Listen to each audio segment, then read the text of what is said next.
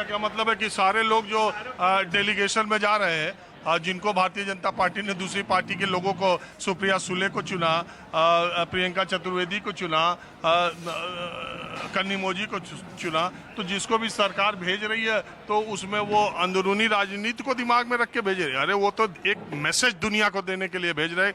अब देखो हमारा कैसा ये गैलेक्सी है हिंदुस्तान की। देखो हमारे देश का फॉरेन मिनिस्टर वहाँ अमेरिका के अंदर सफ़ीर रह चुका, पहले वहाँ का देश का सफ़ीर रह चुका, देश की तरफ से वहाँ पर काम कर चुका है। वो 10 साल से वो देश का फॉरेन मिनिस्टर है। क्या उसने अब तक क्या किया अमेरिका के पास जाकर? हमारे देश का प्राइम मिनिस्टर कौन 10 साल से फॉरेन मिनिस्टर? फॉरेन मिनिस्टर हमारा जो है, इसका क्या नाम है, शंकर, जयशंकर। अरे पहले 5 साल सुषमा जी थी, इस वाले में इसमें 5 साल से है ना जी, वो 5 साल में है। 5 साल में उसने क्या किया? अब तक जो हुआ, देश का प्राइम मिनिस्टर दुनिया के सारे देशों में चक्कर काट चुका है। उसमें से हमारे साथ कितने लोग आज की तारीख में, जब हमें मुसीबत आई थी, कितने लोग खड़े हुए, जबकि हम विश्व गुरु हैं। कि विश्व गुरु का मतलब है कि दुनिया हमारे सारे चरणों में है, लेकिन हमारे साथ एक भी आदमी नहीं है। उनके साथ फिर भी 2 लोग पेश के साथ खड़े हैं पिछली तरफ भी, पाकिस्तान को कुछ नहीं होने देना। पाकिस्तान से हमारी लड़ाई किस बात की थी? जो आज लड़ाई हुई है, किस बात की लड़ाई थी? वो जब डेलीगेट भेज रहे हैं, हम क्या बताने जा रहे हैं? हम भाई हमने लोगों को मरवा दिया देश के अंदर, और फिर हम उनको पकड़ नहीं सके, और जो हमारी जो कमजोरी है वो दिखाने जा रहे हैं हम। ऐसा नहीं होना। हम दिखाने जा रहे हैं कि ये आतंक का आका जो कश्मीर और देश में जित टेररिज्म को पीछे से सपोर्ट करता है, ये ऐसा मुल्क है जिसने हमारे कश्मीर को, जो पटरी पर आ रहा था, जहां इतनी बड़ी संख्या में सैलानी 2.5 करोड़ कश्मीर पहुंचने लगे थे, इसने जानबूझकर धर्म पूछ करके वहां लोगों को, निरपराध निर्दोष लोगों को मरवाया, जिससे हमारे देश में सामाजिक या धार्मिक सद्भाव में कमी आए, कश्मीर में पर्यटन रुके, लोगों में एक डर पैदा हो। और जब हमने इनके आतंकी अड्डों को खोज करके मारा, और जब मसूद अजहर बिलबिलाया, रोने लगा कि मैं क्यों बच गया, मेरे परिवार के सब खत्म हो गए, वहाँ उनके अंतिम क्रिया में पाकिस्तान आर्मी के लोग खड़े होकर के उनको विदाई दे रहे हैं। और इसके बाद वहाँ का प्रधानमंत्री मसूद अजहर के नाम पर उनके परिवार के लोगों को, मरने वालों को 1-1 करोड़ रुपए दे रहा है। शहबाज शरीफ जो प्रधानमंत्री है, वो खुद कह रहा है रात को 2:30 बजे जनरल मुनीर कह दिया कि अरे भाई ये तो हमारे नूर खान एयरबेस पर मिसाइल गिरा दी। हाँ, तो ये जो, और हमने टेररिस्ट कैंपों पर हमला किया था, उन्होंने हमारे भोले भाले नागरिकों पर, सिविलियंस पर अटैक किया। और जब ऐसी स्थिति आई तो उसके बाद हमने उनके सीने पे चढ़ के मारने का काम किया। पूरी दुनिया को ये पता होना चाहिए। लेकिन उसी में देखिए IMF लोन का भी बहुत मामला चल रहा है। वहाँ आप नो वोटिंग में चले गए, कांग्रेस पार्टी कह रही है हमने आपको पहले से समझाया था, वहाँ विकल्प है। रशिया ने नो वोट का वीटो लगाया था यूक्रेन के लिए। अगर आप वहाँ पहले से पेशबंदी करते अंतर्राष्ट्रीय स्तर पर, तो पाकिस्तान को लोन नहीं मिल सकता था। ये भी कहानी एक से आ जा रही है बीच में। सर, हर बात से कोई ना कोई बात निकलती है। जो उन्होंने का राष्ट्रपति कह रहा है, या प्रधानमंत्री पाकिस्तान का कह रहा है, वो अपने देश की सोच के मुताबिक कह रहा है, जो अपने देश के हित में कह रहा है। जो हमारा प्राइम मिनिस्टर, जो हमारी सरकार जो कह रही है, वो अपने हित में कह रही है। लेकिन उसका फैसला कौन करेगा? यदि 250 किलोमीटर आके पाकिस्तान के लोग कश्मीर के अंदर आके आतंक मचा जाते हैं, तो हम कहाँ पर थे? हमारा प्राइम मिनिस्टर यही बात तो कहता था पहले भी, भाई देश के अंदर लोग आते हैं, बॉर्डर से आते हैं, क्यों नहीं रोके गए?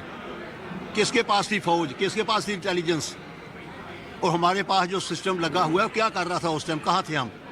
फिर जब 2 घंटे लगते हैं ऊपर आने के लिए, 2 घंटे के बाद ही तो गए होंगे।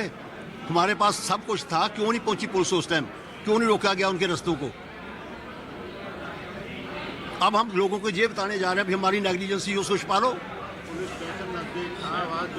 ऐसा मत करो ना। आया शशि थरूर के नाम पे आपको कोई ऐतराज?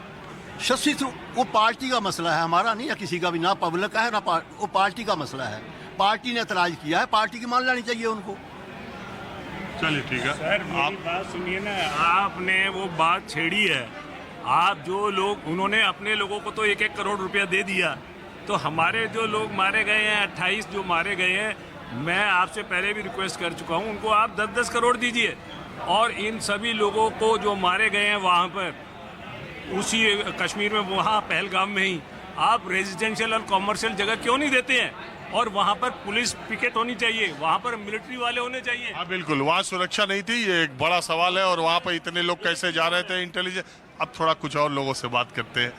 अभी ये कार्यक्रम में लोगों से बातचीत करके बना ही रहा था कि शशि थरूर का नाम संसदीय प्रतिनिधिमंडल में डालने पर एक सियासत शुरू हो गई है।